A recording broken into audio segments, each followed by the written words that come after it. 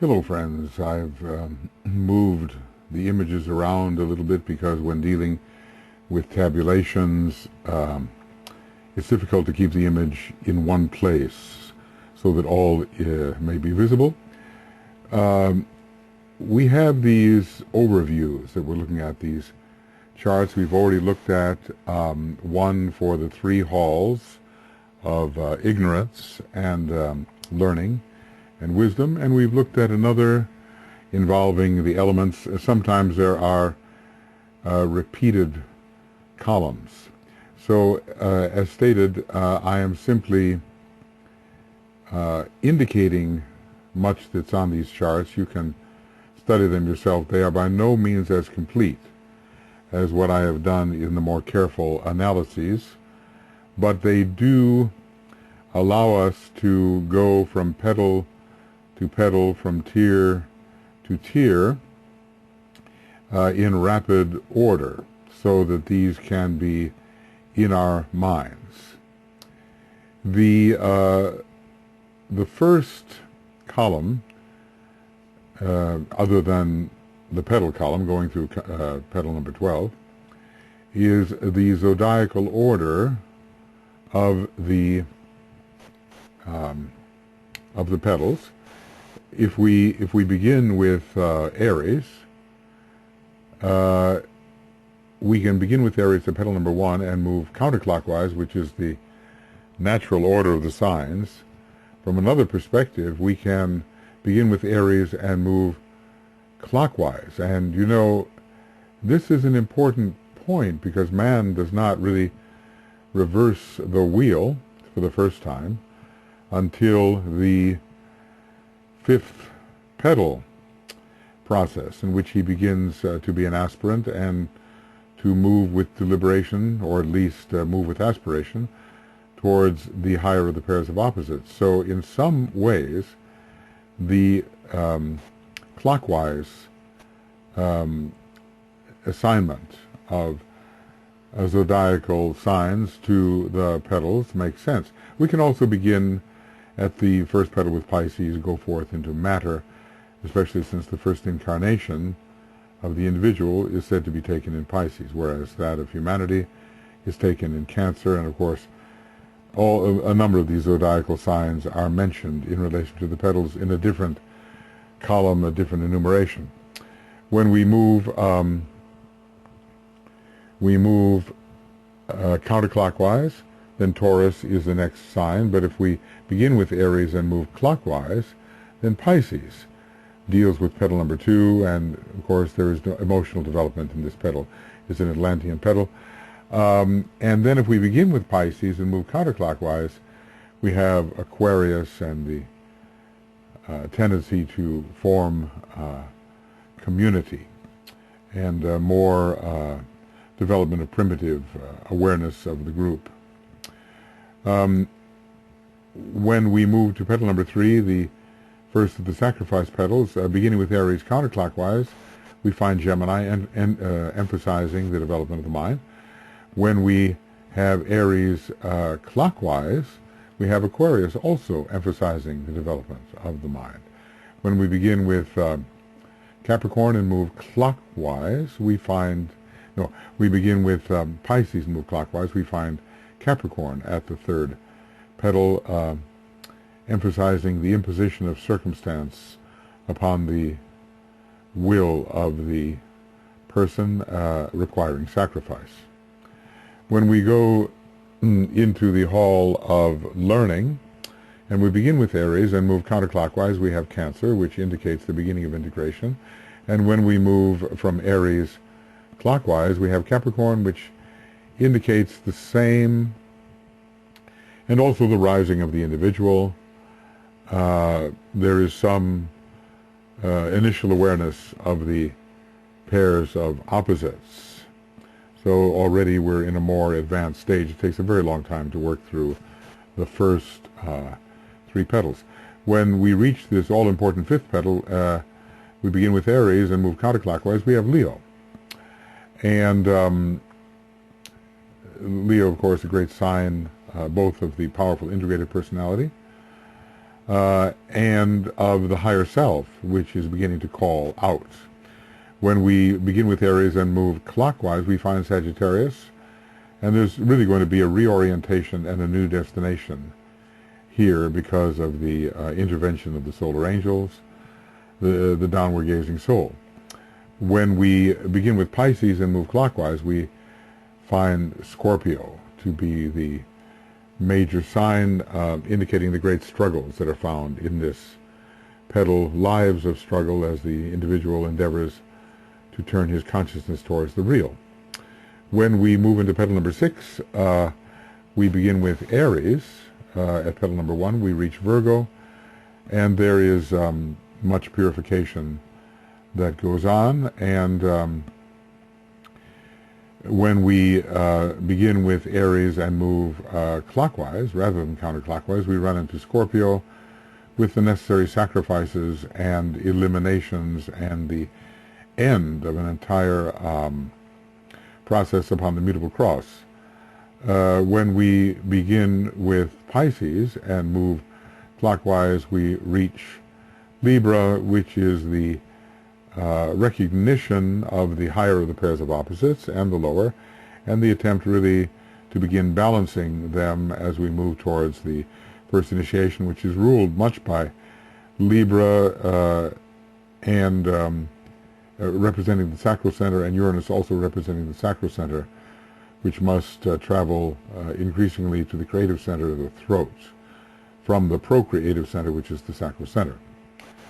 I'm just giving the briefest epitomes here, and they're much more in detail when we have worked.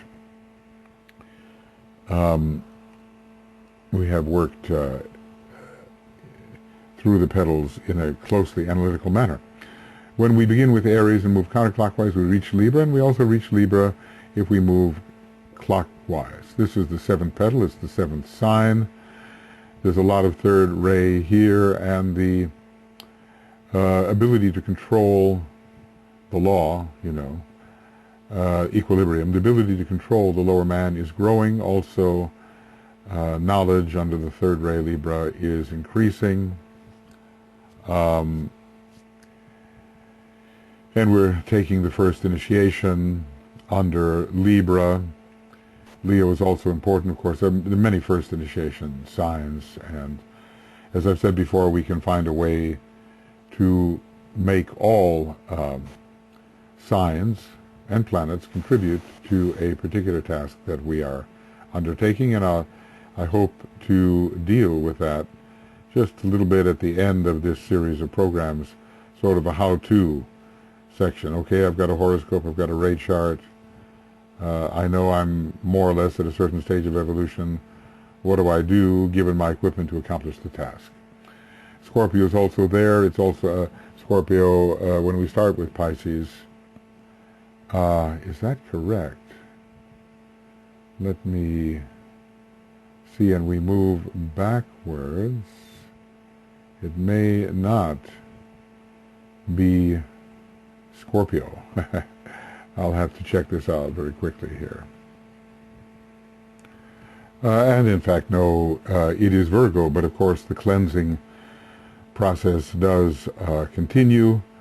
The birth of the Christ is occurring, the crisis of the birthplace as we refer to it, and Virgo has to do with the continued purification that's necessary at the first degree, towards the second degree.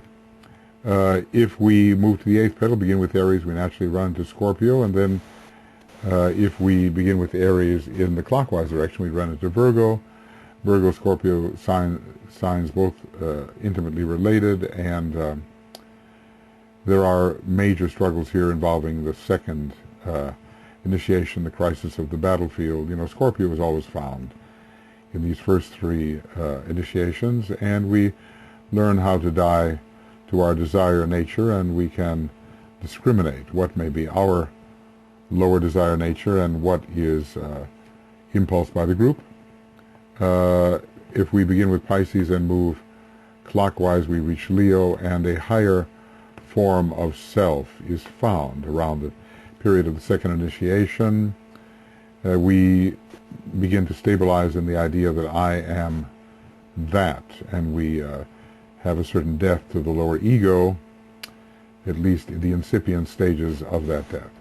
When we look at the ninth petal and start counterclockwise, with Aries we reach Sagittarius, helping with the end of illusion, to end illusion in this ninth petal, and orienting towards the mountain of initiation. And when we move from Aries in the clockwise direction, we reach Leo. Definitely this is putting aside the I am, and a whole higher level of selfhood, the I am that, comes into prominence. When we start with Pisces and move in the clockwise direction, we reach Cancer. Well, we may hesitate to move into this more solar position. That could be the negative part of it. Positive part of it is the whole is seen as one. When we move into the synthesis petal, beginning with Aries, move counterclockwise, it's Capricorn, and we are past the past the third initiation, and we from Aries we also reach Cancer. These are two signs that have a lot of the third aspect with them, and this is a petal having to do with the synthesis of knowledge. Interestingly, when we begin with Pisces and move in the clockwise direction, we run into Gemini, and Gemini also has this relationship to knowledge and the ability to bring opposites together, and in the field of knowledge especially, so as to relate many items of knowledge. It is, interestingly, the third sign of the zodiac, even if reached in a clockwise direction. When we look at the 11th petal, the petal of synthesis for the petal of synthesis of love, okay? The synthesis of love, starting with Aries and moving counterclockwise, we reach Aquarius, which is suggesting the anticipation of the universal love. When we begin with Aries and move in a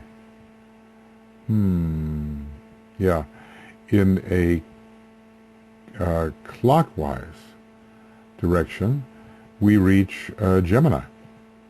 That is interesting because Gemini has so much to do with the second aspect, and this is all about love. Aquarius, universal love, and Gemini, the great expression of the second ray of love, wisdom.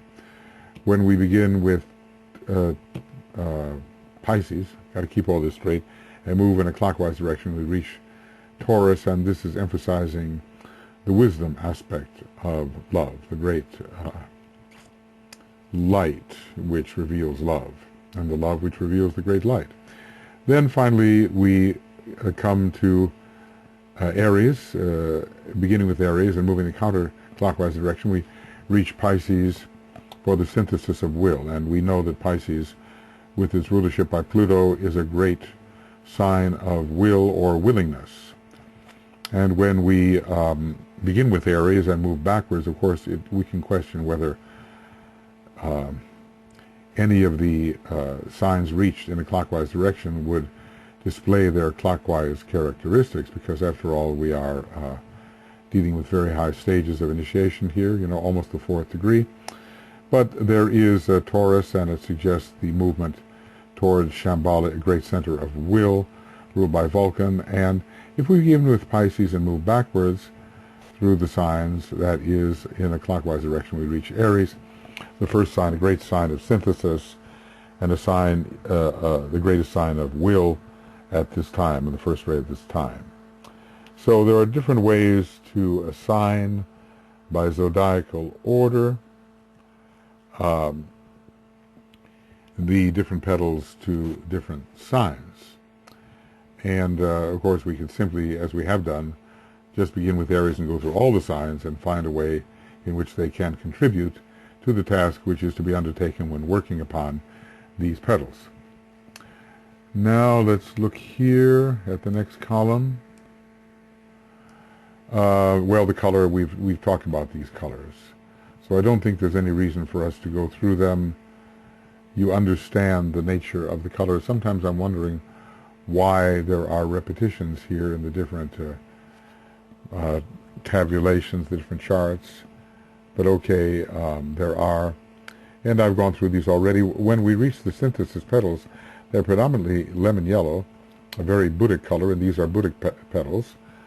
They are caused by a Buddhic flow, monastically mediated, into the higher mental plane. Whether they come first or come last is questionable, because there seem to be references which suggest that they come after the establishment of the other 9 petals, and other reference which seems to indicate that they close down upon the jewel in the lotus first, and then the other 9 petals are created.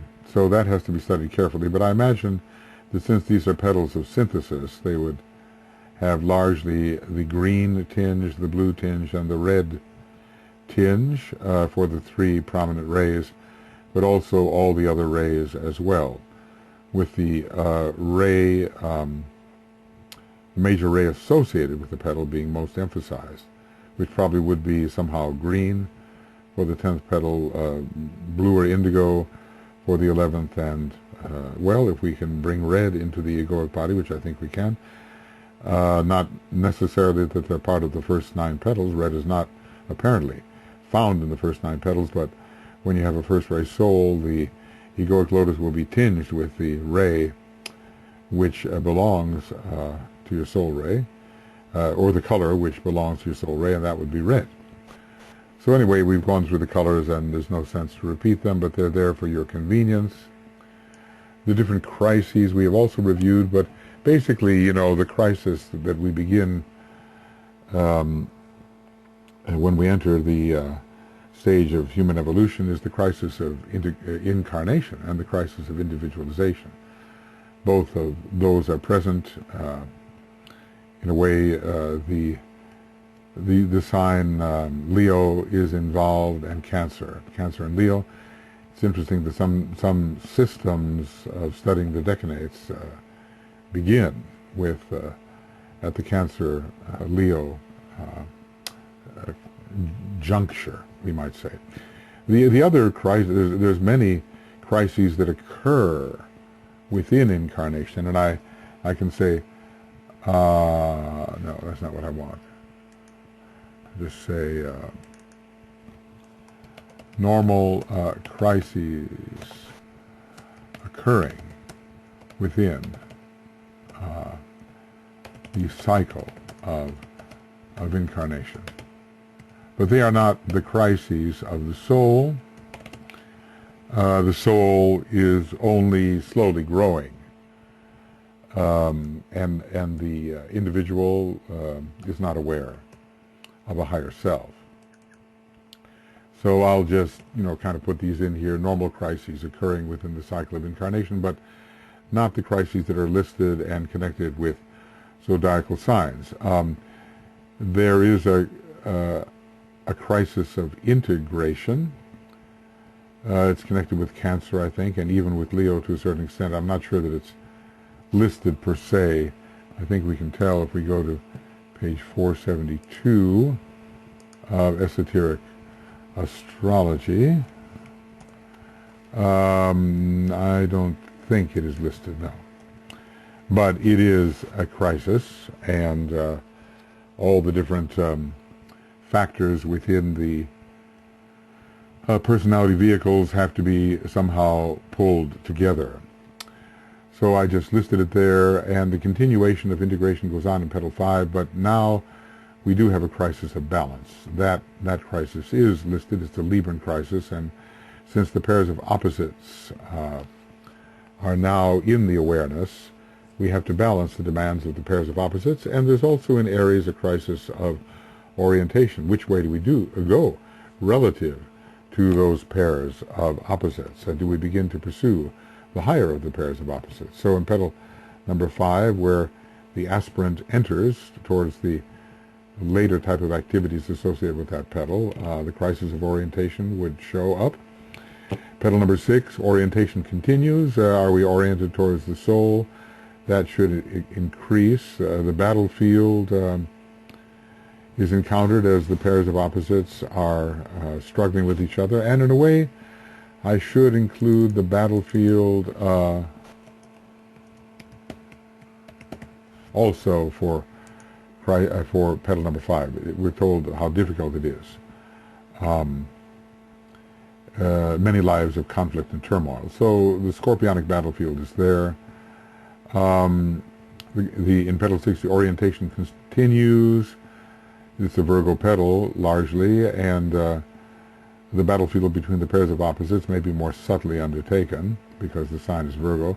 But finally, we're moving to the crisis of the birthplace, which is ruled by Virgo. And in petal number 7, the birth does occur, pretty much under Capricorn in a way, but we might say the conscious birth of the soul within the form. That's kind of Leonian. The crisis of direction continues. Do we continue heading for the soul? It's always possible to veer off, you know. Crisis of the battlefield, Scorpio is continually involved through the first 3 initiations, and before every initiation, the crisis of the burning ground. And that the burning ground is not the final burning ground, and we're heading into the fixed cross. The burning ground is ruled by Leo because it has to do with fiery pain, but it also rules the final burning ground, about which we cannot speak yet. So I will include the burning ground here in petal number 6 because that leads us towards the first initiation. Petal number 8, definitely the burning ground and the battlefield. By now we pretty much know where we're going, but the most critical crisis of direction can occur here, because it's in this petal that you may choose incorrectly and attempt to follow the path of form. Okay, and you know, are these crises of initiation? Well, let's just call it a crisis of probationary initiation,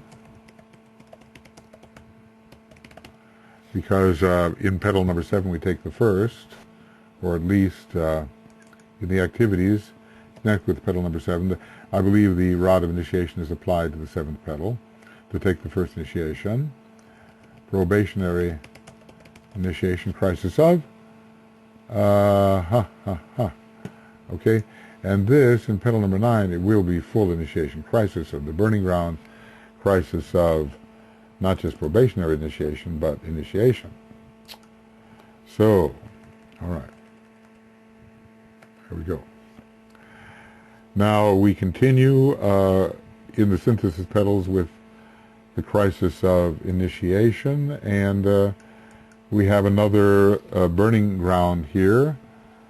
As a matter of fact, the entire egoic lotus becomes a burning ground, and then we reach also the crisis of renunciation, which is a Geminian crisis, interestingly enough, though Pisces would be related as well. So many different energies, intricately interwoven. It's going to take a lot of pure reason to apply these and to just be very deliberate about saying, this is what I have at my disposal, this is what I must do, this is how I can do it. Okay. So that gives us an idea, at least of some of the crises. Some of them are repeated. The crisis of initiation is repeated in a couple of lists. Yeah. The Capricorn initiation crisis is repeated in the 2 lists of crises. You know, this is just a roundup, a little bit of a roundup. You know, you've probably been studying, if you've gotten this far, a lot of details. So it's a question of the fluid relationship between these details. That's what we want to achieve. Now, the names of the lotuses, well, we have no lotuses in bud.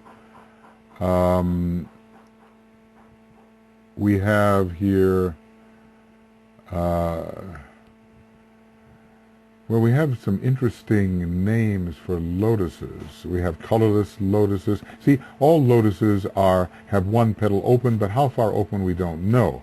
So if we went back, I think, you know, a lot of work is being done on our house now. I hear the Vulcanian hammer going in the background. I hope you don't hear it, but I think I'll shut the door just in case. You know, lotus and bud, we don't have them. The colorless lotuses, well, maybe, I'm not sure how much we have them. At least we have those that don't have a lot of color yet. Lotuses of closed and sealed condition. Well, no, there is one petal open. And the other lotuses which are on the point, where the flower is on the point of opening, I think that comes a little later when the entire lower tier of petals is on the point of opening. So if we're to go back here to, yeah, here we are. So I think we are talking here in petal 1 about Brahmic lotuses particularly. That is our focus.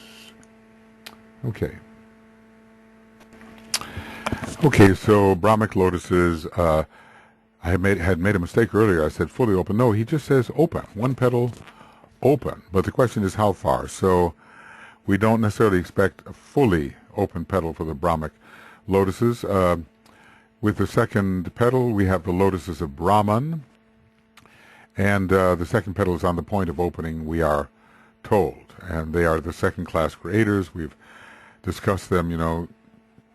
Go there to that section around page 543. And there are other places around 840 and 855, as it says, where we can see the names of these types of lotuses. Now, when we get to petal number 3, we can say primary lotuses are found here. They have the third and the first petal quite open. And lotuses of passion and desire belong with the two petals open and concentration upon the third petal. So we have to include them in both petal number 2 and petal number 3. But certainly that third petal is not open yet. Now, I have used lotuses of passion and desire for the fourth petal. I don't really think that that is correct. I want to call them lotuses of integration. And I have many other names for them, you know, as I've done the more detailed analysis. But the process of bringing in Cancer the different personality elementals together in relation to themselves and then in relation to a higher of the pairs of opposites begins here. I call the those with the fifth petal open or opening lotuses of achievement. If it's open, they are first degree. So I want to put that down. If fully open, then we have radiant lotuses. But there's a difference between opening, you know, and fully open. I call those, when there's work being done and opening going on in the sixth petal, I call it lotuses of purification, lotuses of service, lotuses of discipline, that kind of thing. And if fully open, then lotuses with perfume. Okay, I think I've, you know, changed my mind on some of these things. When it comes to the petal number 7, they are the radiant lotus, and I don't think lotus with perfume. Let's just say if there's quite a bit, if with quite a bit of opening, let's just say here, if after first degree, then growing towards lotuses with perfume. But you have to have a quite a fair degree of petal number 8 open. When petal number 8 really is open after initiation, we do have the full lotus with perfume. It may not be fully open. You know, it's quite open after initiation, and then completes its opening at when the third initiation takes place. At least this is the way I see it at the moment. And with petal number 9, we have lotuses of revelation. And that exists with the full unfolding of the sacrifice tier. Of course, they still have perfume and they're still radiant, naturally. And so, looking back at petal number 5, they are lotuses of achievement until later work in petal number 7 makes petal number 5 open fully. Then you have the radiant lotus. They are lotuses of purification, so to speak, where the individual is really trying to turn his attention toward the group process and the welfare of the group. So service and discipline are coming in very strongly, but when fully open, because of a lot of work done in petal number 8, then we have the lotuses with perfume, but that's because there is so much work done in petal number 8. When we are in petal number 10, 11, and 12, we have lotuses of revelation. See, when the first initiation is taken, there's a little bit of an opening, a little bit of opening the synthesis petals corresponding with radiant lotuses. When the second initiation is taken, the complete opening of the love tier, and with it the 6th petal, of course, then we have a little opening of the second synthesis petal, and we have a lotus of lotus with perfume. When the 7th, 8th, and 9th petal are fully opened, then we have the opening of the synthesis will petal, and then we are a lotus of revelation. Now, the light of the egoic lotus is burning now more brightly and is seen more brightly, but now comes the real unfolding of the synthesis petal leading up to its bursting open. So, these are lotuses of increasing revelation until the revelation of the jewel in the lotus. So what could I call them? I could say lotuses of intensifying revelation. Revelation, yeah. Lotuses of intensifying revelation. In other words, as after the third initiation, we're really working on these petals, or working with the factor of synthesis, then we become lotuses of intensifying revelation. It may just all occur within one life, or it may take a couple, 3 lives, but the revelation of the jewel will intensify, and with it, the influence of the first aspect in our life, the monadic aspect.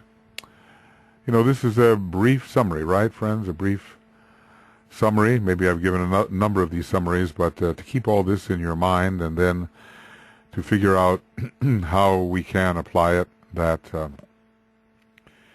take some doing.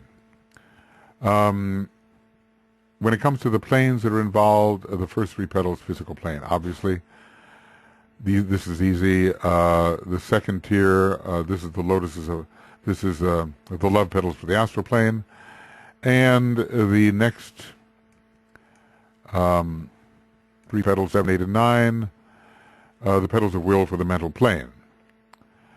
But now we're dealing with petals number 10, 11, and 12. We're dealing with the higher mental plane and the monastic permanent atoms. So I've divided it into petal 10 monastic physical, petal 11 monastic astral, and petal 12 monastic mental. Third aspect, second aspect, first aspect. And we have to remember that the Buddhic power is growing all the time. So I really want to put here Buddhi increasing. It always is increasing in these petals, because the petals in the first place have come in as a stream of Buddhic energy affecting the higher mental plane. The petals of synthesis are still, after all, on the higher mental plane. So we call Buddhi increasing, and I'm going to put it here, of course, Buddhi increasing, and well, let's just say, let me call this Manas increasing. And I'm going to call this Atma increasing for petal number 12, okay? Of course, you know, we have a lot of words, but it's the energy that counts. It's the ability to experience the energy we're talking about and not just have the word for it. That's really important, and you know what I mean by that, and words are one thing and the energy is another, although the word, if the right word, can evoke. What path are we on? Well, path of evolution, first petal, path of evolution, second petal, path of evolution, third petal, fair intelligence is coming in. I'm not sure. Yeah, okay, and we have path of evolution. These are all lunar petals in a way, the first four. Path of evolution, intelligent man is being created, intelligent, ambitious, rising man. Path, the fifth petal, brings us to intelligent man, advanced man, and later in the petal process towards the aspirant. Petal number 6, with all of its purification, it is advanced man, he is the aspirant, and beginning a probationer. Now, you know, we've always had that difficulty knowing just how far the path of probation really goes, and does it really go all the way up to accepted discipleship and go past the first initiation. But oftentimes, conventionally, we use the ending of the path of probation at the first initiation, when we become the true disciple, the member of the kingdom of God, the little chela, and so forth. Okay, now, going on, the path. Well, we're on the path now of probationary initiation at the seventh petal, after some work has been done through strenuous and abnormal efforts, okay, not immediately, because there's work being done in the seventh petal before the initiation takes place, at least in my view. So we have true aspirants, because every true aspirant has taken the first initiation. We have ongoing probationary disciples at first, the accepting disciple necessarily, after the first initiation, the pledged disciple, and still with work going on in the seventh petal, the accepted disciple. Of course, work is also going on in the eighth petal when that happens. With petal number 8, we at near the completion of that petal, near the complete unfoldment of it, we have the second initiation, and we certainly have second initiation and also accepted disciple.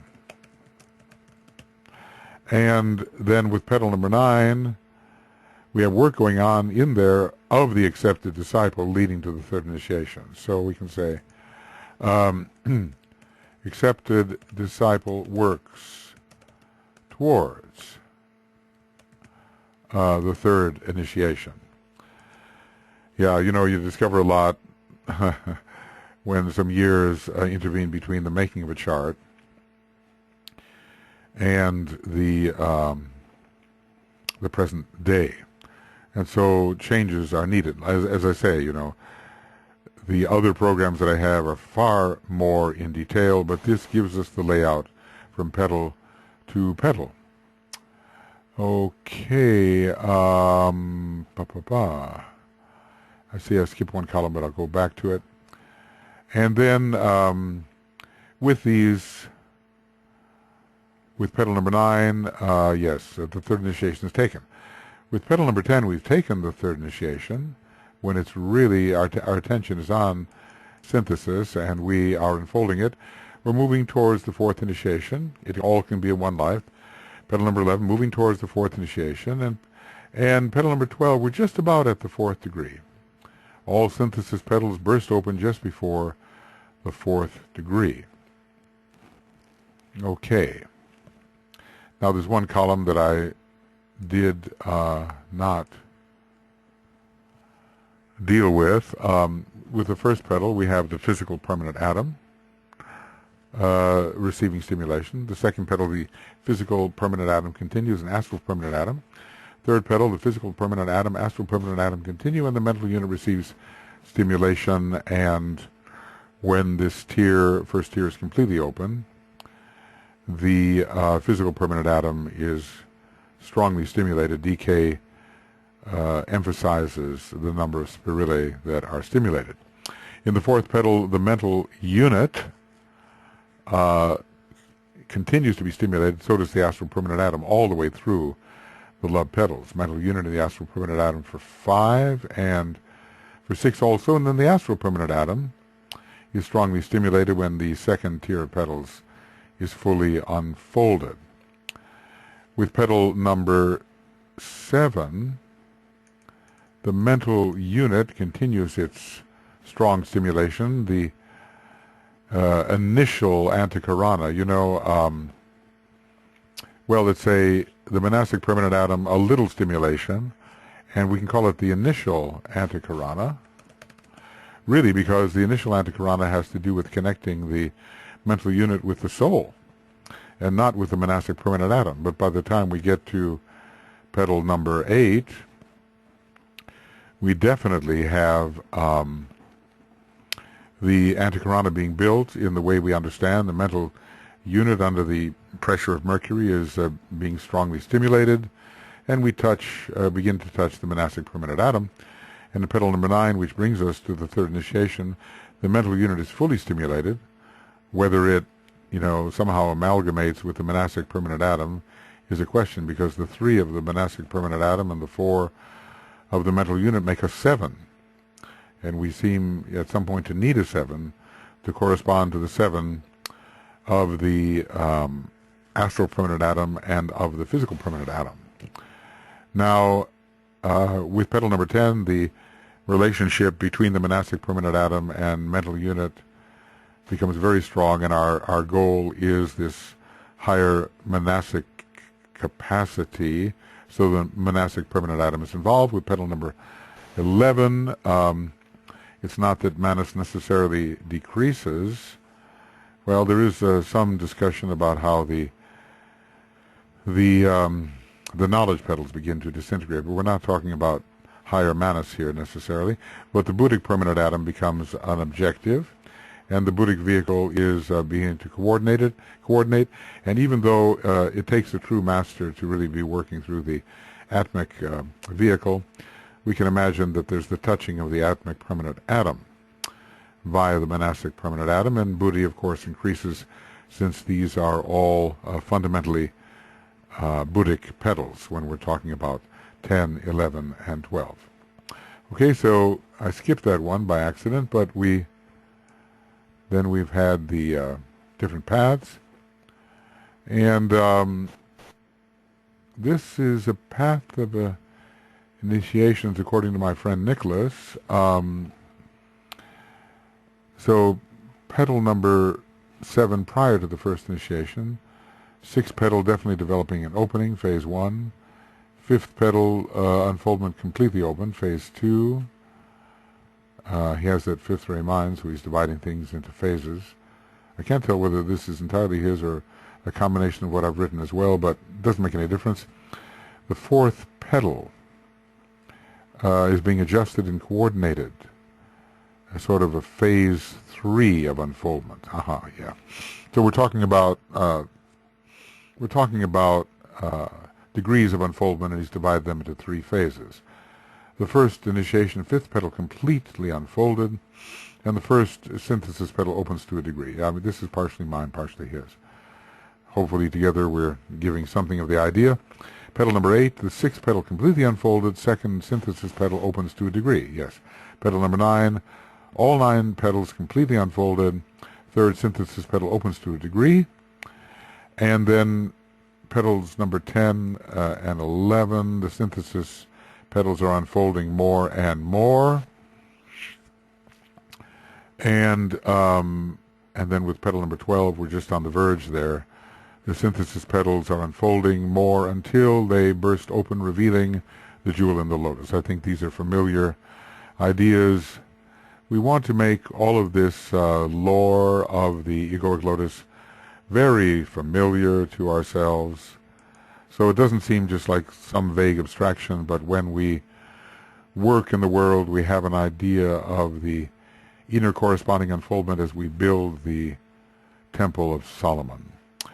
There are so many different allegories that we can use concerning our development. If you really want to follow the Temple of Solomon allegory, you become a Mason, and the whole purpose there of Masonry is to at first build the Temple of Solomon and eventually to destroy it in order to be liberated into a greater stage in the great search for light.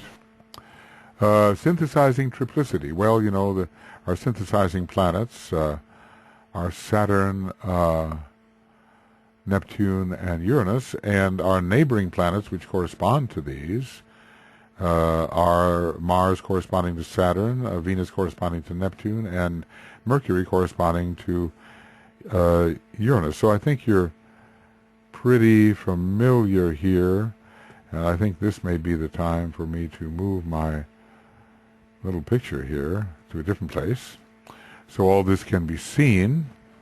I've tried various experiments with the pictures, you know. I want you not to feel alone, you know, as if there is a living person along with you in this and not just a disembodied voice describing charts. So if we are going to speak of the third, second, and first aspects in terms of the synthesizing planets, the first petal is Saturn-Saturn, second petal Saturn-Neptune, third petal Saturn-Uranus, or I should say Saturn sub-Saturn, Saturn sub-Neptune, Saturn sub-Uranus.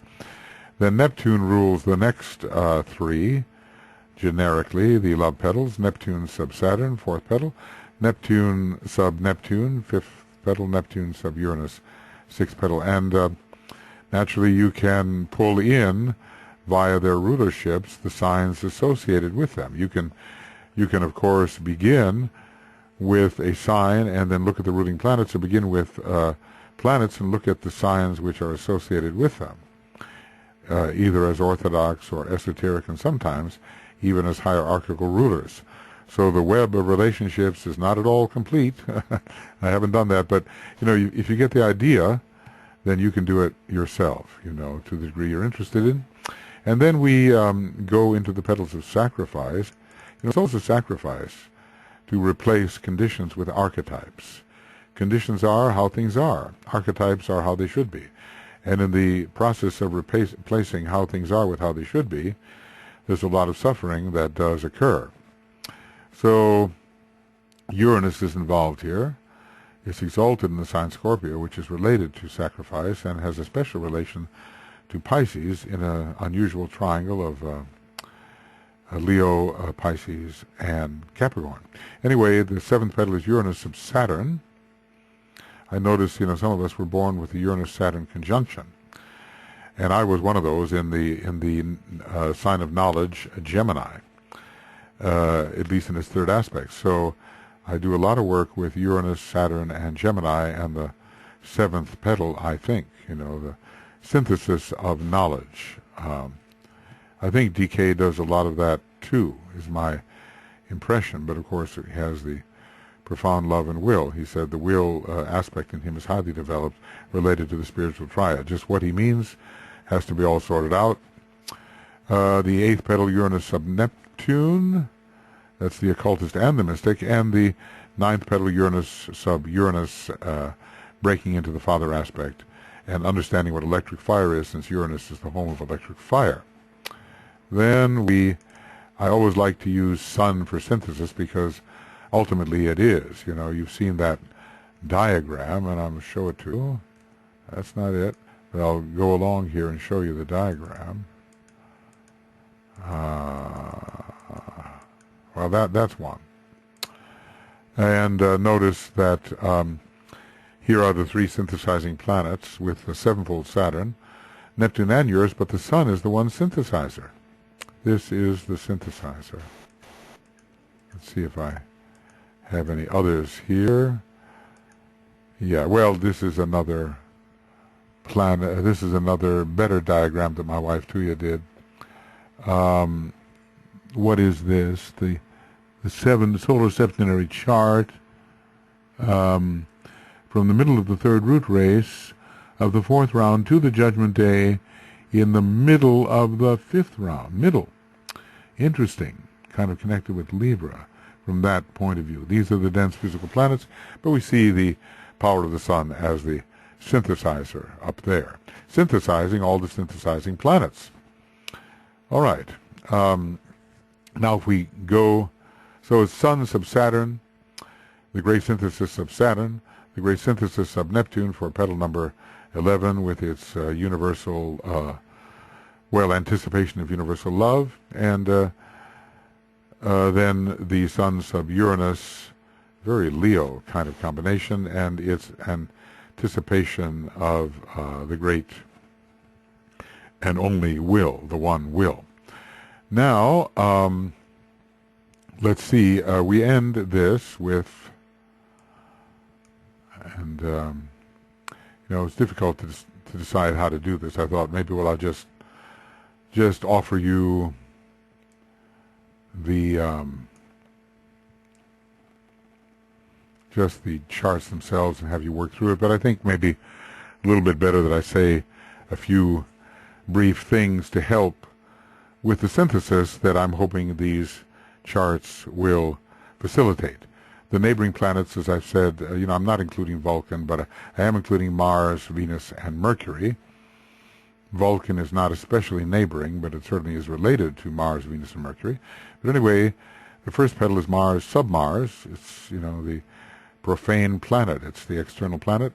Mars sub-Venus, a little bit of love coming in for the second petal. Mars sub-Mercury, thought is coming in, the concrete mind. So Mars rules, in a way, the whole outer tier, and it's the subsidiary of Saturn. It's closely related to Saturn in a great third-ray entity, we are told, along with Earth. Then there is the fourth petal. 4, 5, and 6 are all Venus, so it's Venus sub-Mars. We still have a pretty strong assertive personality here. Then Venus sub-Venus, the assertive personality gives way to the understanding of the solar angel and the higher of the pairs of opposites and the desire to strive towards it. And Venus sub-Mercury, we use our intelligence to prepare for the first initiation. Then we enter the petals of sacrifice, which are yellow, actually, primarily beginning with the color yellow. Every one of them has the color yellow. And Mercury, the color of Mercury is yellow, so it's Mercury sub-Mars. You can see that a lot of knowledge is involved there, and the assertion of that knowledge to control the self. Mercury sub-Venus, we have the dual aspects of the mind here. The mind comes into power in Scorpio, and Mercury, of course, is the esoteric, hierarchical ruler of Scorpio. Mercury sub-Venus, so we certainly achieve at the second degree spiritual intelligence and mental illumination, and then Mercury sub-Mercury. Other planets are there, of course. That is, there's more going on there at the 9th petal than just Mercury sub-Mercury. There's the whole contact with electric fire, which Uranus sub-Uranus gives. And then, of course, if we follow this particular pattern, then for the synthesis knowledge petal, it's Sun sub-Mercury. I'm changing a little bit. Synthesis love petal, Sun sub-Venus, and synthesis will petal, Sun sub-Vulcan. I've gotten rid of Mars because it's too profane to be operating as a non-sacred planet in relation to these three synthesis petals. Okay, so that takes us to our next chart. Yes, it takes us to our next chart. So let's see what that might be, going along with corrections as I do. All right, that's not too bad. There's a lot of numbers here. Obviously, I'm not going to go through all of them because it makes more sense. The explanations that I have given heretofore make more sense than all the numbers I might spew out here. All right, that ought to do it. Now I'll move my picture down here again, keeping you company, you know. Right. I think that's the place where it'll have to be so it doesn't get covered. Yeah. Okay. We'll try that. All right, now this is the petals and the soul laws.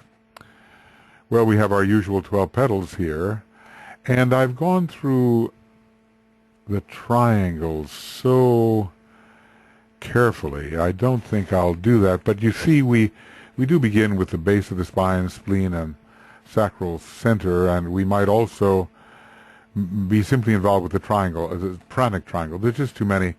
The center between the shoulder blades, not the heart center, the center above the solar plexus, which is sort of the middle center of the pranic triangle, and the spleen.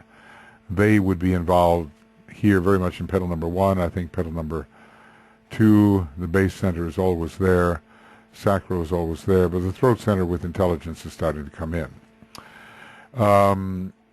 And, you know, I haven't really mentioned the solar plexus, but obviously there's just so many ways to do it, but the solar plexus should be included, of course, for the Atlantean petal number 2, and it really does continue all the way through. Petal number 4, this is on page 170. It's, well, let's see, you know, for petal number 2, it says man functioning from the astral plane. It's the, interestingly enough, the base of the spine, solar plexus, and heart. But I've done all these, you know, so maybe don't pay too much attention to this particular column because I've done it better in the past. I don't want to include the spleen too much because it seems to me that while it is there, it's not sufficiently important. This is increasingly, you know, man controlled from the mental plane. The throat center is there, the base, heart, and throat. And that would also have something to do with petal number 3. When we reach petal number 5, we're dealing with advanced man and the possibility of the 4 lower centers. So heart, throat, and the 4 lower centers are important. But as I say, these are not all of the triangles that we can talk about, not by any means. So 4 lower head centers. Well, it's just, I just want to say 5 head centers. 5 head centers. And the heart, throat, and 4 lesser centers. Well, it depends on when we're talking about the first initiation occurring. So maybe I should just use 4 here, and by the time we reach petal number 7 and petal number 5 is completely unfolded, then we have the heart, throat, ajna, but also the heart, throat, and 5 head centers. Also, heart, throat, and 5 head centers. And we will probably have the heart, throat, and 6 head centers. I think it's too early to talk about the heart and the head and the crown. I think they do come in, but these are triangles, so I'm going to modify that and save that for the synthesis petals. The heart, throat, and 6 head centers. And of course, you know, really, the crown does get involved because by this time we are members of the new group of world servers, and we can be part of these seed groups, and always the crown is involved when you're part of the seed groups. And this would be the heart, throat, and 7 head centers, because it takes us to the 3rd initiation. And I think what I'll do there is just use the number 6. I hesitate to do too much with this column as I've been so very thorough before. But now, you know, just in general, I would have to say that we have the, for the 10th petal and all the others, heart, 7 head centers, 2 many petaled lotuses. That's what we've got. So, and that is operating, that includes the head center. Now, you know, The head center, as I say, is really involved from the time initiation begins.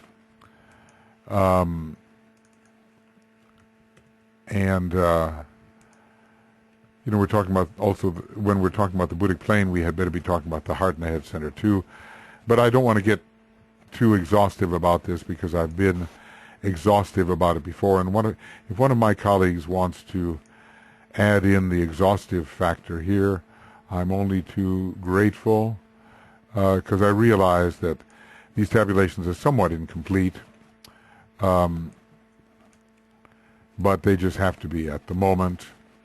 The stages of adaptation, all I can suggest is go around page 325, 324, 326, and just read these stages of adaptation, because it begins with the most primitive stage and starts to work its way through the higher stages. And when we have parentheses in this case, it means it's not quite there, but it's verging toward that. We cannot end with stage of adaptation number 8 because it represents the full master, and that's why it's in parentheses. But the member of the new group of world servers is mentioned in stage of adaptation number 7.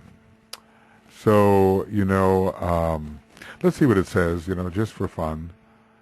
We will go there, and it's Esoteric Psychology 1, right around, let's say, 324. What's happening? Yeah. So number 7 is the unselfish adaptation of group need and purpose.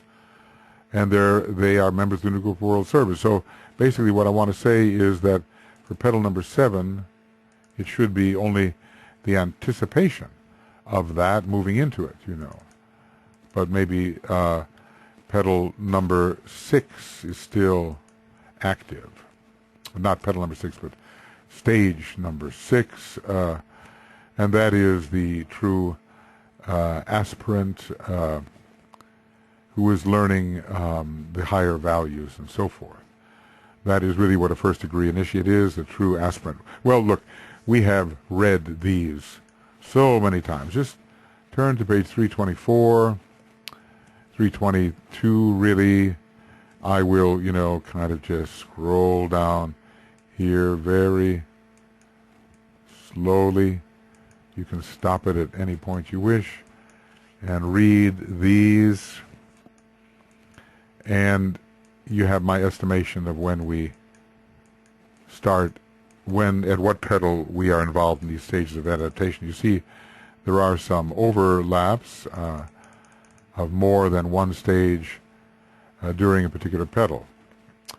For instance, over here we have at petal number 3 we have 2nd, 3rd, beginning of 4th, 4th and 5th, 5th and 6th coming, 6th, 6th and 7th coming, 7, 7. Just read them, and I've said so much about them already that you get the idea of how they are distributed. The important thing is to realize that the stages of adaptation have to do with different stages of human evolution, as do the petals, and so therefore laying them out in relation to the petals is very important. But even though we are opening our synthesis petals, we're still not a master of the wisdom, and that is stage of adaptation number 8. Well, I'll just say the same things for the human groups. Let's just say, instead of writing out the word anticipation, I will just put the parentheses there, and you understand what that's all about. Not quite there yet. Then we get to the 5th petal. 5 and 6 are operative. 7 is anticipated. 6th petal is 7. The 8th petal is the true disciple. 9th petal, know my soul, thy soul. And the 9th petal, in 10th and 11th, we still have the 9th stage of the 9th of the human groups.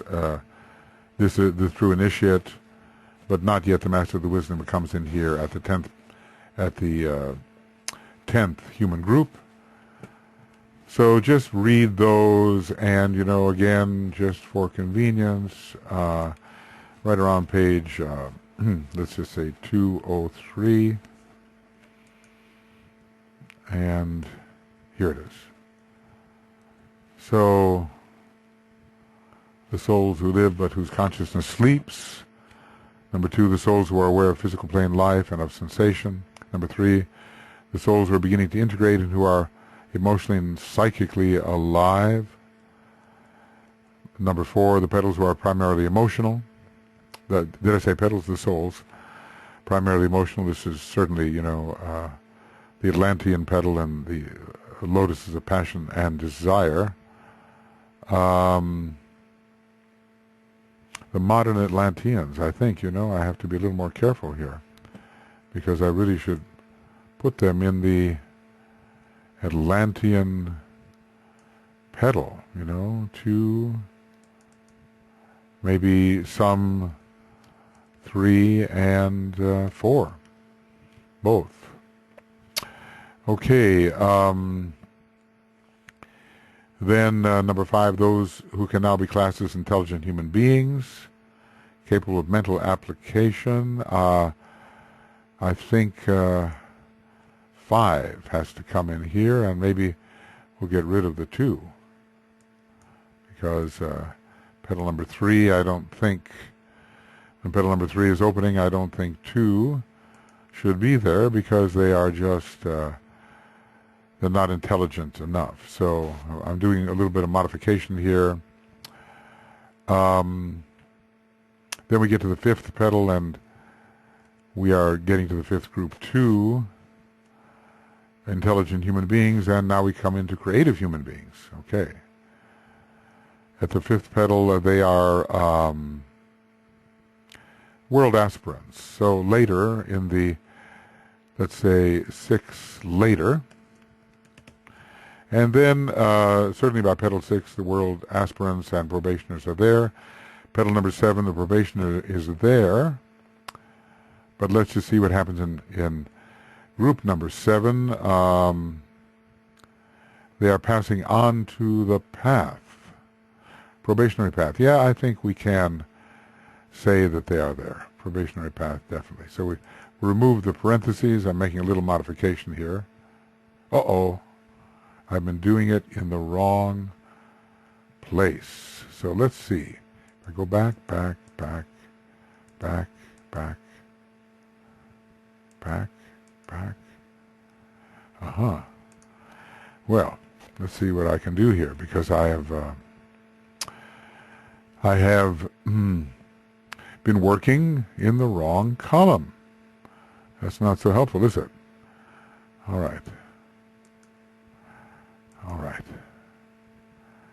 So, all right, I hope, let's see if I did some work there. Yeah.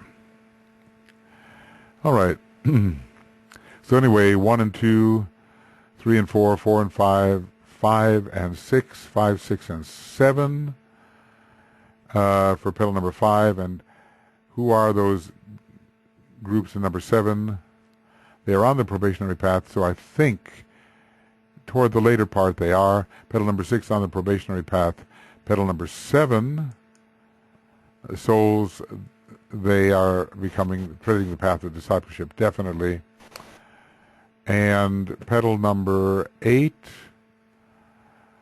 path of discipleship, definitely. Okay?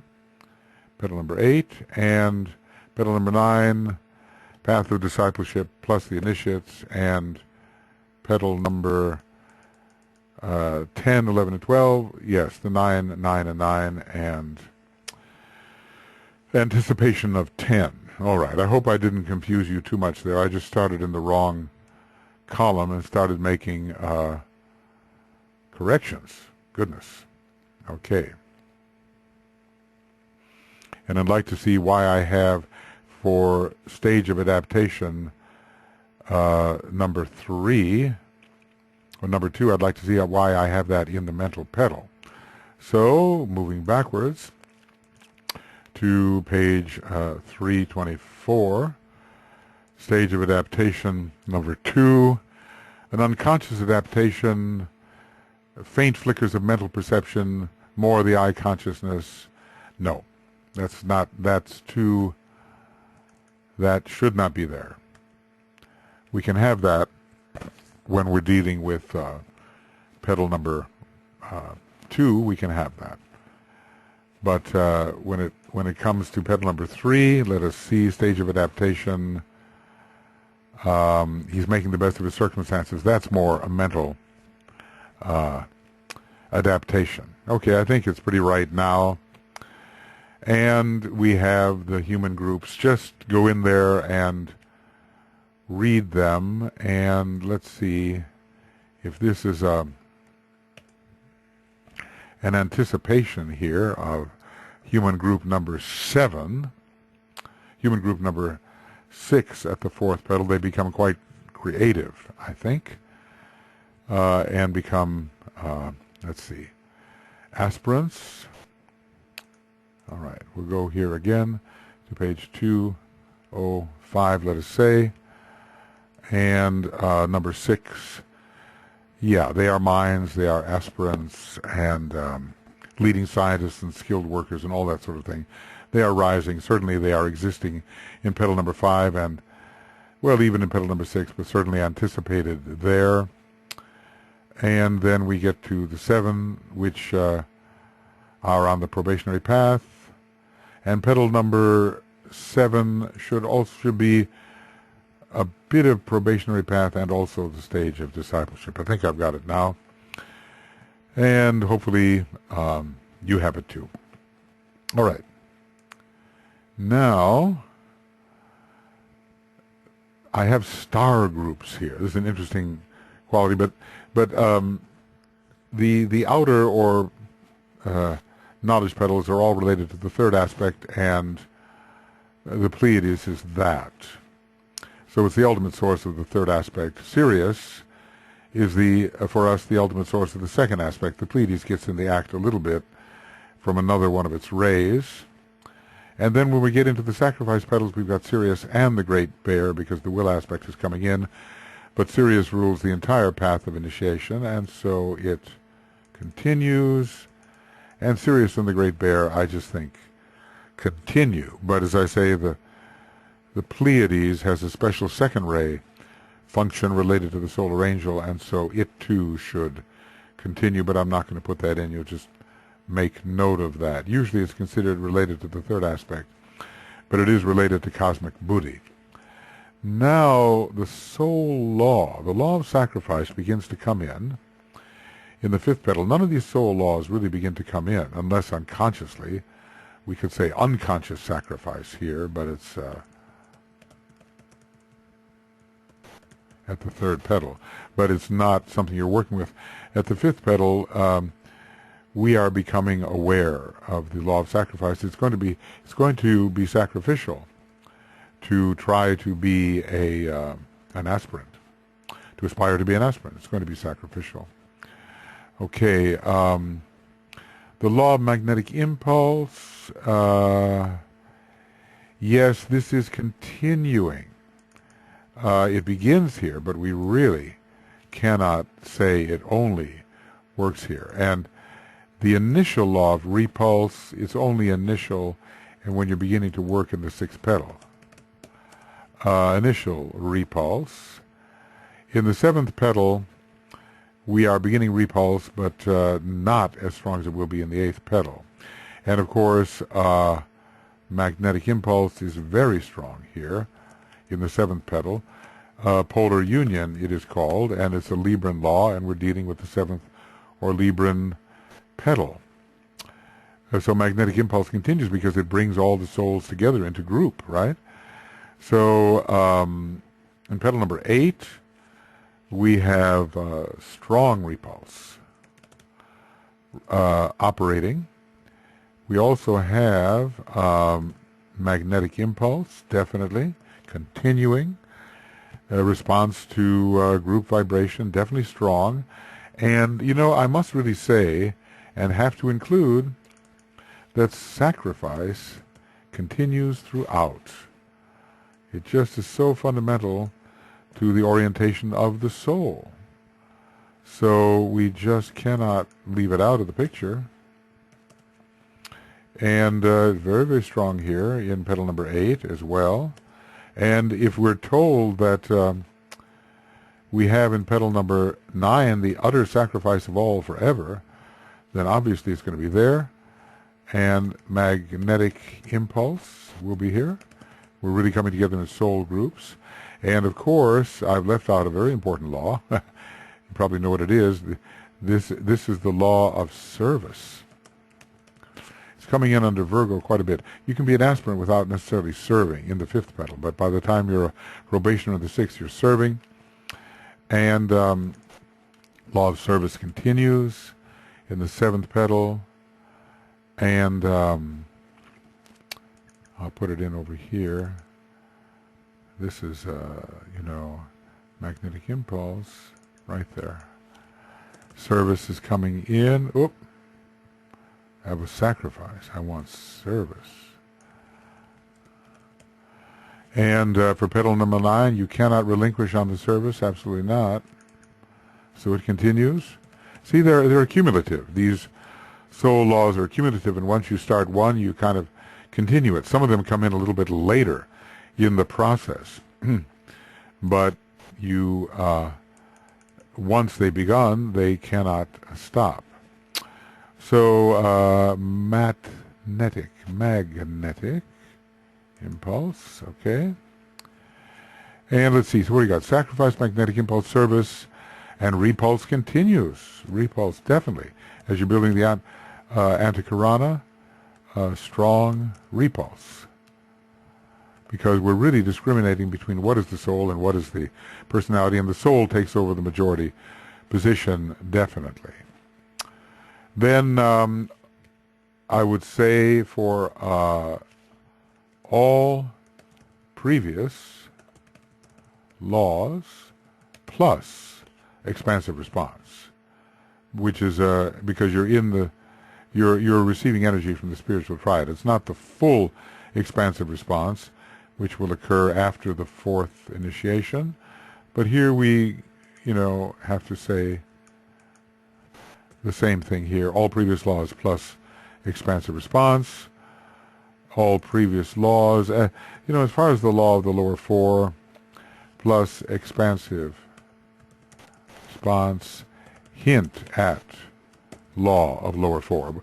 It's almost really a monadic law. It takes us all the way, I think, to the monad. We call that soul laws, but remember what the soul is. The soul is not simply that encapsulation of consciousness on the higher mental plane. I think when I was young, when I was teaching this class 20 years ago, and before computers were really strong, I used to take like six long tables together, and all this butcher paper, make all these boxes, and take a long time filling them out, so that when the class came, they could ponder on the synthesis of all these factors. Now I'm realizing, of course, that the correlational possibilities are virtually endless here, and I've probably left out some important columns.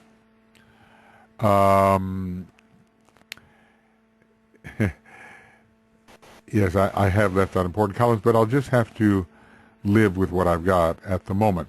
The cosmic or systemic laws, well, from a certain point of view,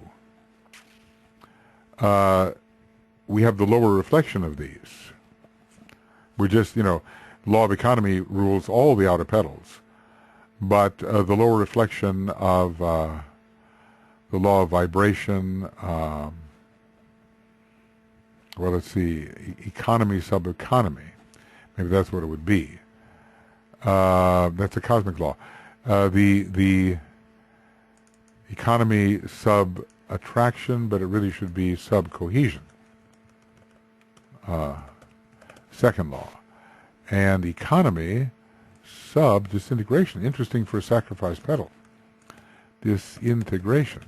Now we have the law of attraction so many times, and I think I'll put that in here. See, some of these were not really totally completed.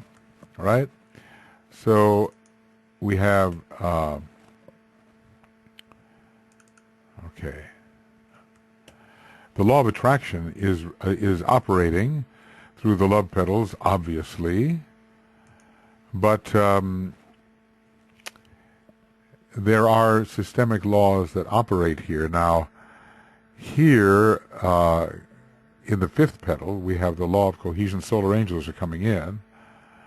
I can't make this any bigger, I'm afraid. I don't really understand how all of this works. But let's just say, if I try this, no, that's not going to exactly do that. Well, you see, the C is for cosmic, S is for systemic. So the cosmic law of attraction is operative, but already, I'm thinking on my feet here as we go here, this is systemic law of cohesion. And if I could maybe move this forward. Yeah, I can do it that way. All right. All right. And, well, disintegration is too long a term. So it's the third law of disintegration, and certainly under sacrifice we are facing plenty of disintegration. Now, the attraction rules the love petals, but of course it continues to rule the sacrifice petals as well. So we have cohesion, and with sacrifice, with the fifth petal, we have cohesion, and also we have magnetic impulse. Not magnetic impulse, but how's it called? Magnetic control. Because the solar angel is coming in here and exerting its control. Magnetic control. Okay. So that is another one of those laws. The law of love, I think, wait a second. There we go. Okay, good. It also struck me that there should be in petal number 3 the unconscious fixation and unconscious sacrifice and death. And in petal number 2, unconscious law of love. Whoop. Unconscious law of love. Let's see how that works out. Maybe that's petal number 2, and get rid of this other part here. Okay. Right, and of course, basically coming into incarnation is all part of unconscious sacrifice. So these systemic laws, well, they are soul laws, aren't they? Okay. Soul laws, yes. But also, okay. Well, friends, I see I got into a little trouble here. I saw that, things were not quite right in this laws section. I'd like to say that the law of fixation does come in. Of course, it's unconscious, but this law of fixation of fixing and focusing the mind, fixing the consciousness within the mental vehicle comes in at the third petal, I would say. The unconscious law of love, cohesion, and so forth is coming in at the second petal. When it comes to the fourth petal, the cosmic law begins to be the law of attraction, because in the fourth, fifth, and sixth we're drawing the pairs of opposites together. The law of cohesion operates for the sake of integration. Okay, maybe the fixation continues to a degree. We don't have so much soul influence yet. The law of love, not so much. Sacrifice and death, not so much. But in the fifth petal, a major law of attraction, cosmic law of attraction, and, well, I want to put in here the idea of the law of vibration, because we begin to sense very strongly the vibration of the soul and discriminate it from the vibration of the personality. So I think that is important, discrimination between vibrations. The law of magnetic control, yes, there's a downward-gazing solar angel now, a downward-gazing soul, and the magnetic control is the law by which the solar angel controls its personality. The law of fixation, what we're trying to do here continually is become the individual who can hold the mind steady in the light. We're not quite there yet, but the light of the soul does come in with Leo and this fifth petal. The law of love, yes, there's not sacrifice and death, perhaps. We can probably find ways in which consciously or unconsciously the man is responding to various of these systemic laws. The law of attraction continues in the love petals for petal number 6, and we're trying to work with our group. We're trying to make sacrifices for our group. Magnetic control, that continues. Maybe we should include disintegration, since this is, after all, a sacrifice petal. Sacrifice petal of the love tier. Disintegration, okay. And of course it's not going to work out exactly the way one wants. There it is. Okay. All right. Magnetic control, the solar angel continues to assert itself. Let's see. Okay, we were over here on petal number 6. Is this petal number 6? No, here it is. This is petal number 6, I hope. It's a little... Yes, this is petal number 6. The law of disintegration, magnetic control continues. We continue with fixing the mind steady in the light. The law of love, perhaps. Let's put this here, fixation, because that law of fixation really is going to continue all the way through as we are working with the soul. Okay, and sacrifice and death, because it is the sacrifice petal. Then we get into the cosmic law that corresponds with the sacrifice tier. It's synthesis, synthesis, synthesis. And magnetic control, definitely. Well, you know, cohesion should be found in every one of these, because we are drawing the bonding and binding power of the soul is present.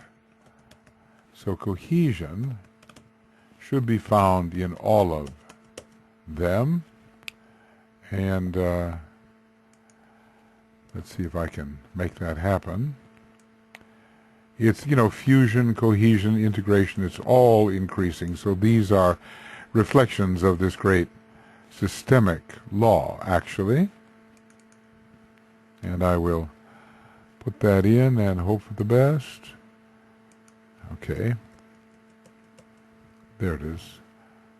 And there it is, cohesion. Magnetic control continues, of course. The soul is gaining in its power. And, well, you know, I could say fixation and the law of love continue. Whenever the soul is involved, it's from the fifth creative hierarchy, and that correlates with the fifth systemic law, the law of fixation. So I'm going to put it in and hope for the best here. There it is. Okay, magnetic control, fixation, and sacrifice and death, because we give up so much in the Scorpio petal. And when we come to the ninth petal, we really are synthesizing all the 8 before it. The vibration of the soul, law of vibration, very strong. we're trying to really discriminate between the soul vibration and personality vibration. We have now the vibration of the spirit entering as well. There's a major cohesion with integration and a measure of soul fusion, a high measure of soul fusion. Magnetic control is very strong. The solar angel continues to control or work on its control. The fixation of the mind held steady in the light. I suppose the law of love is pervasive throughout this. And then sacrifice and death. We are sacrificing the life of the personality, ending its ancient authority. When it comes to petals number 10, 11, and 12, I've made it easy for myself here. It's basically, they're all synthesis petals, and so the cosmic law of synthesis is at least reflected, and I would say that all 7 systemic laws in greater or lesser measure come in. We're ever more refined in our detecting the vibration. The energy system is becoming ever more cohesive. The personality is gradually disintegrating in terms of its power. The solar angel continues with the law of magnetic control to assert its control. We are fixing the consciousness within the causal body, fixating it, fixing it. The law of love, of course, is prominent, and we are going to be giving up the, as we move through these synthesis petals, we're going to be giving up the egoic Lotus. So that's sacrifice and death. Well, these are,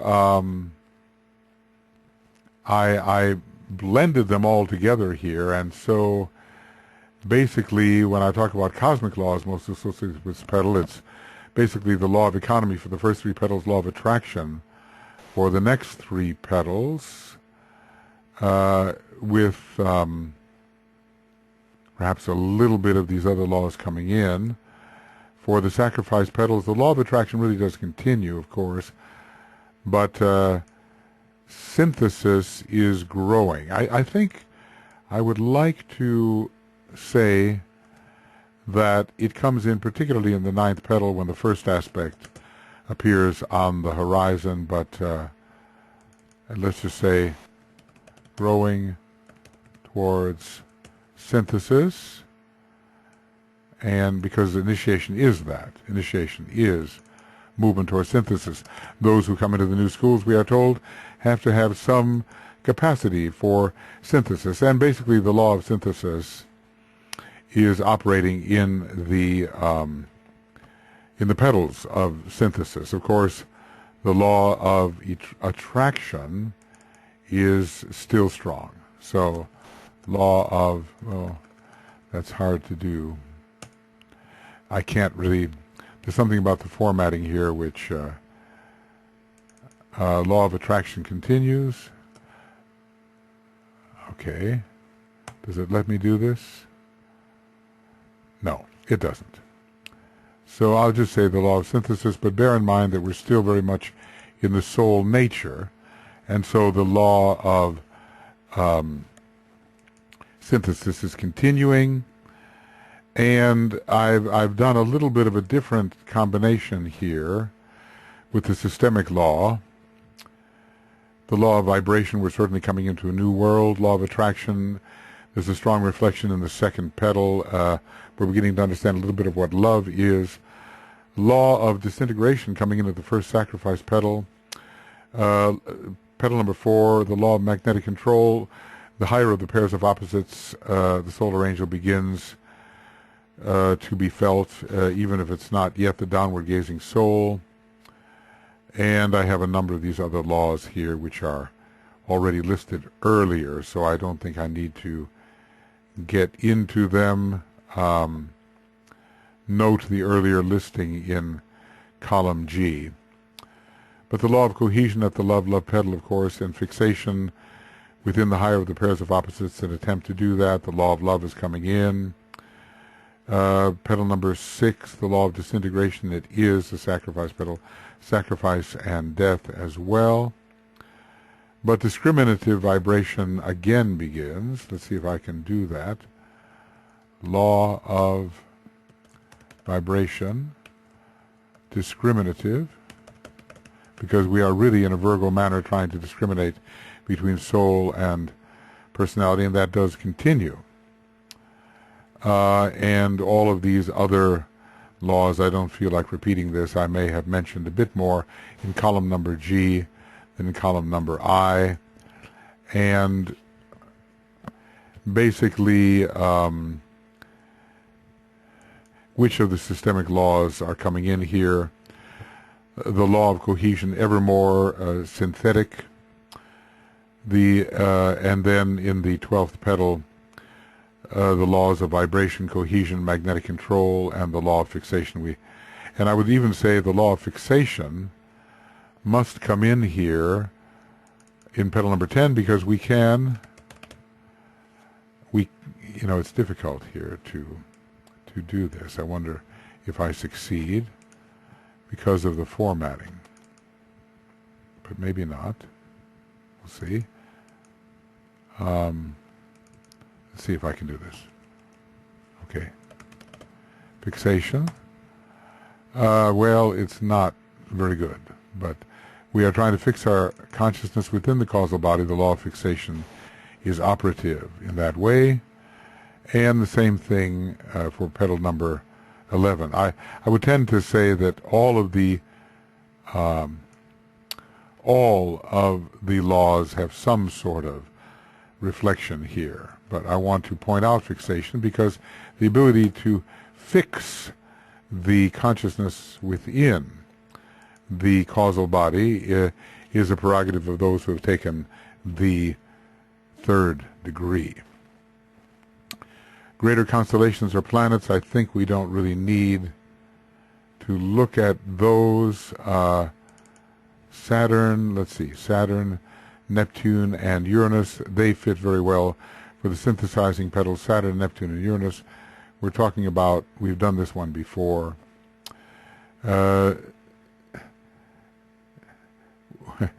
We have, this is by no means complete. Earth, Mars, and Pluto, I say this is quite good. To be of the earth, earthy in the first petal, to have passion and emotion awaken in the Atlantean petal under Mars, to reach destruction and yet mental focus under Pluto, this fits well. I have left out major Venus petal there, petal number 5. The moon, I think this is suggested by someone else that Pallas Athene represents great achievement, but the moon is ruled by the 4th ray, and here we have the integration of the personality.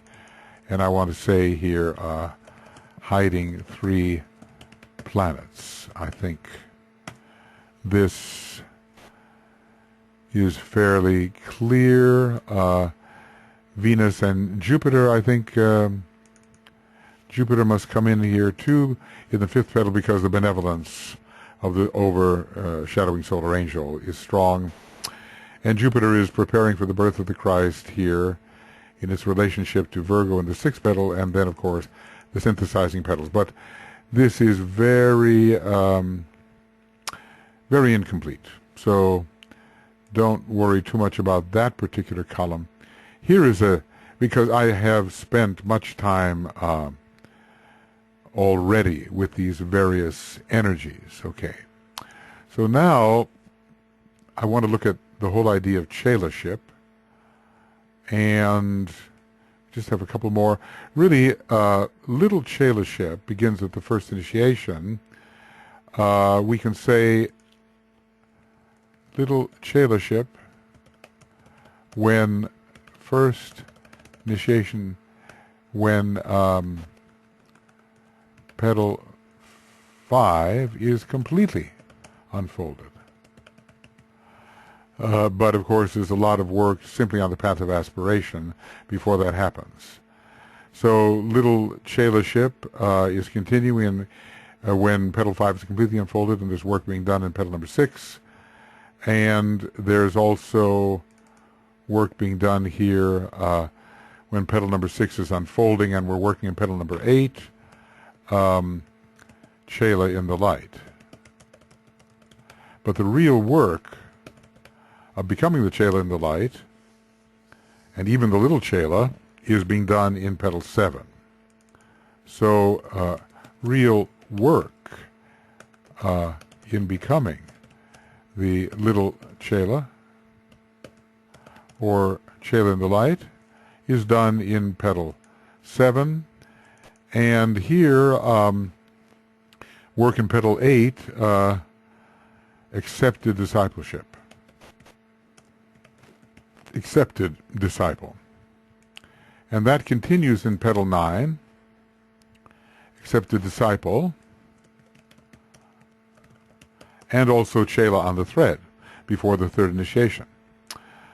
After the third initiation, well, let's just say we can become the chela within the aura, because we are not only accepted, but we are initiate, and we have been on the thread, and we are within the Master's aura.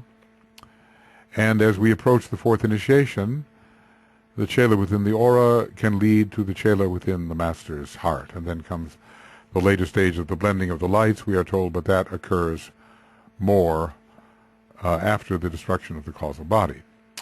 All right, so I think that gives an idea, and I've dealt with this before, but it gives sort of the 1, 2, 3 on it. And then, you know, we have talked about this list of monads. So units of inertia fit with the first. I mean, I'd like to be able to switch back and forth.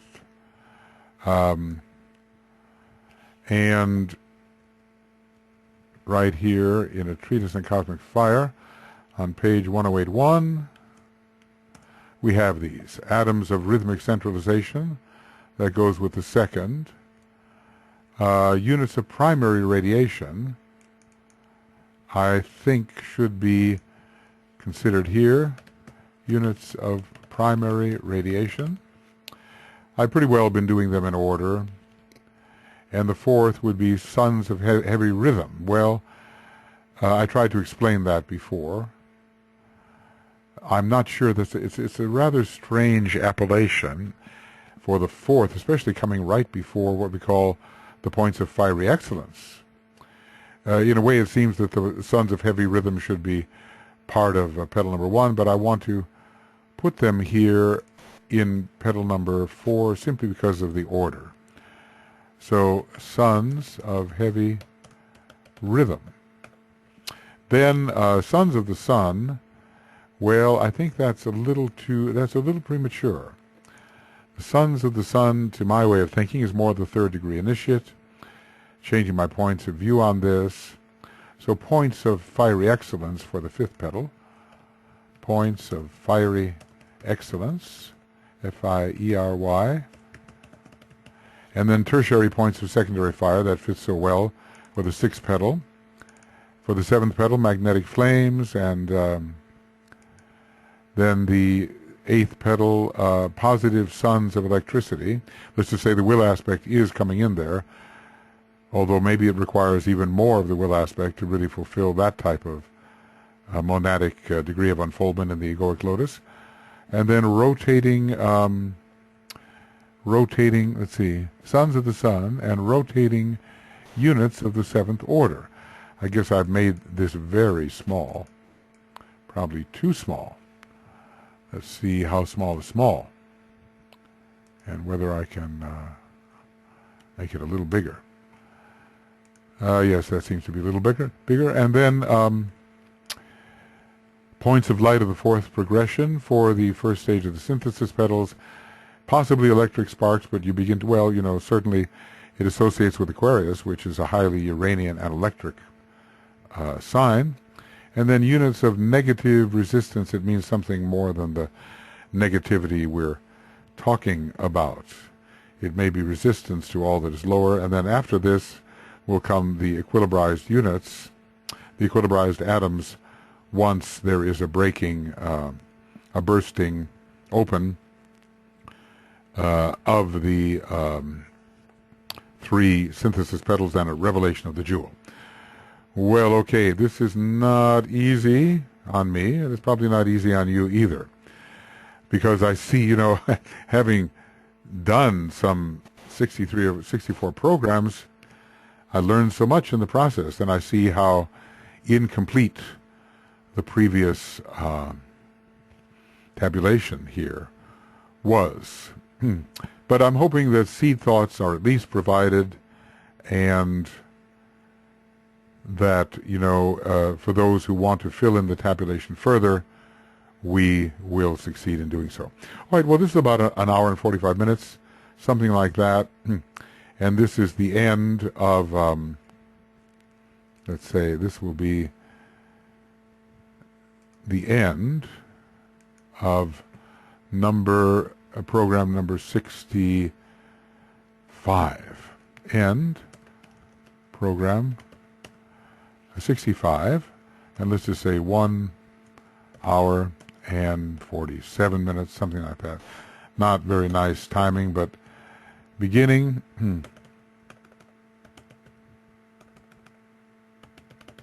program number 66, and we will continue with the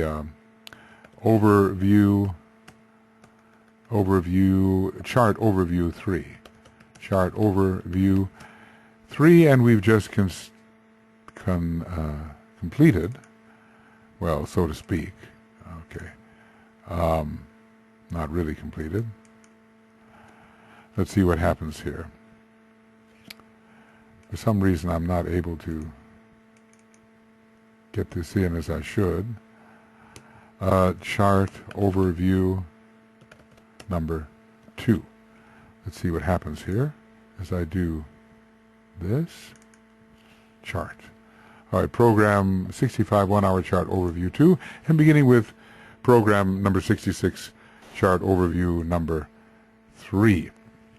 It is difficult when dealing with these Excel sheets to try to find the place which is just right. Matter of fact, I'll tell you what, let's close with the great invocation. I feel the need to do that because there is so much detail here, and there is the need. Yeah, I feel like I've left some soul laws out, but what to do is to, not soul laws, but systemic laws. Compare G with I. And if you find something in G that's not in I, it should be included. Okay, like for instance here, vibration, cohesion, magnetic control, fixation. I have to include sacrifice and death, don't I? Okay. Trying to be complete here as much as possible. And vibration should also be included. And I've explained why earlier. Okay. And fixation, law of cohesion, fixation, law of cohesion, law of vibration. Well, all 7 really should be here, but we can understand how with the 10th petal we do want to fixate within the egoic vehicle, consciousness fixating within the egoic vehicle, and we the soul fusion is becoming ever more cohesive. We are beginning to sense the vibration of the spirit, law of vibration. The control of the solar angel, magnetic control, is becoming ever more intense before it finally goes away, finds its own place, and back in the heart of the sun, maybe some in the central spiritual sun. And then the law of love necessarily continues as we're well into the second aspect, and the law of sacrifice and death, all of this is preparatory to the disintegration of the causal body, sacrifice and death. And of course, law of disintegration fits for that reason as well. So, I'd feel a little more comfortable if I, so to speak, say all 7 systemic laws. I feel more comfortable with that because just isolating a couple, well, they are important, and they are there, but they by this time we are really we've already taken a solar initiation, and these are solar systemic laws. So all 7 systemic laws, really. And I think the way I can do that is to erase these and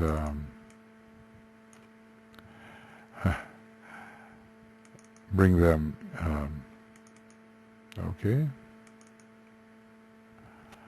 and that's A, and there we go, and the law of fixation, rather than specialize on just a few. Now, of course, these are systemic laws, and as I say, one has to be, in a way, a solar initiate before solar systemic laws really apply. But we can see the relationship between these systemic laws and the laws of the soul. Certainly the laws of the soul are definitely applying. Whether the law of the lower 4 is completely applying at this point, so little is said about it that it seems that it has more to do with the monad even than with the triad. But there at least is a reflection of the law of the systemic laws as they're working out, and I hope you're bearing with me here. Maybe to have me suddenly have to put a few things into proper place gives you a chance to breathe and to digest. So let us, I'd like to do this from the point of light within the mind of God, just as a little relief from this kind of excessive detail.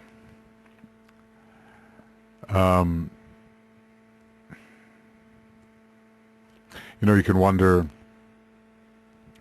why all this detail. The second ray, the ray of meticulous entirety, especially in its 3rd aspect, the second division of the second division, the wisdom part and the love part, but love subdivides into pure love and specialized detail, occultism, meticulous entirety.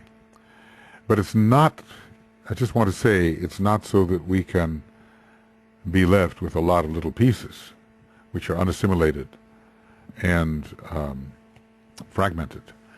It is so that we can draw them all together under the power of pure reason, which is Mercury, and then apply the power of cohesion, which is Jupiter, also an intuitive planet, and then be able to look at the entire field of thought and instantaneously, via Mercury and Jupiter, be able to move from any point in it to any other point, know the before, the present, and that which is to come, and see in a new light a kind of relation between things which the normal reasoning mind cannot see. But, think about it. We have to get there through the normal reasoning mind. We can't do otherwise. We have this linear process in our mentality, which is a Saturnian process. It kind of precedes the more intuitive processes of Neptune and the lightning of Uranus, and embracing the whole of Jupiter. So it is laborious, and I'm sure that anybody who's gotten this far, realizing that there has been a degree of repetition, of course, will realize it has been laborious. It's probably not wise, however, to begin at the end, because all of these numbers and laws and colors and energies and forces and all have been explained in detail, so that when they appear in abbreviated form, they should make sense to us. I mean, here is a world of energies, a sea of energies and forces. And it's not just enough to identify them. We have to be able to wield them, and we have to be able to be familiar with them, sense their presence, sense the presence of the various energies and forces and rays. And by sensing the presence, we can sense the quality, and we can get inside them. And instead of just talking about them as if they are some object of interest in a mental manner, they become very present living things. And so we can become an adept eventually by applying and adapting the energy that we sense at the moment, or which we summon in a particular situation. Applying and adapting in particular situations. It's our pharmacopoeia is in the sky, What is needed here? What is needed? And can we deliberately, instead of simply emotionally, call upon what is needed? That is the question. All right, then let us together perform the great invocation. You can do that at home too, when you're looking at this, or if you've got it on one of your smartphones or something, whatever year it may be, and however few you may be who have waded through all of this. But hopefully it's coming together for you, just as I have felt. I felt I knew something about the subject before I began, but now I'm almost at the end and I feel I know a lot more. I certainly know where some of those references are to which I keep referring. The page numbers and so forth. Blending all those page numbers. Once I had a humorous conversation with a guy and I said, okay, page 51. He says, oh yeah, well, what about page 45? I said, well, that's true, but think about page 247, and on and on. Because we knew the references pretty well and we defined our book. And we had maybe a slightly intuitive conversation, talking to each other, countering and rebutting and amplifying through page references.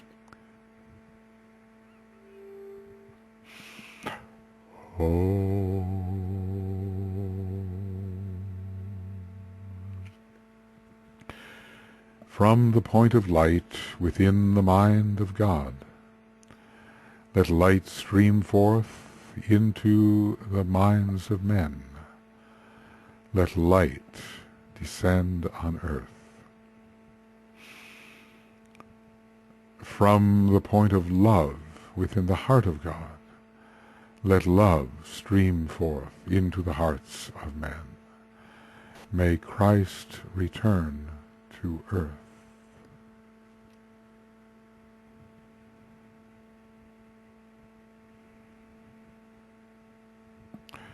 From the center where the will of God is known, let purpose guide the little wills of men.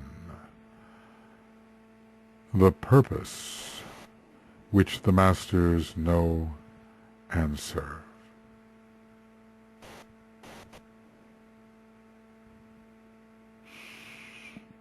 From the center which we call the race of men, let the plan of love and light work out, and may it seal the door where evil dwells. Let light and love and power restore the plan on earth.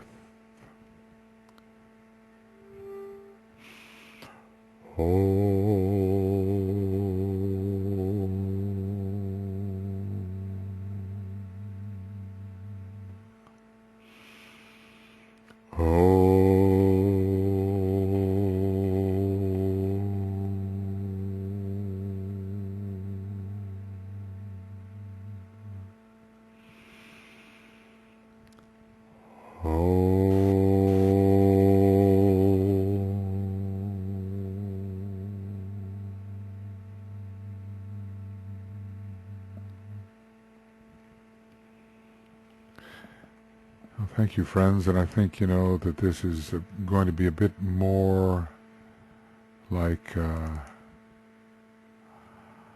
1 hour, no, 2 hours, let's say 2 hours, more like that.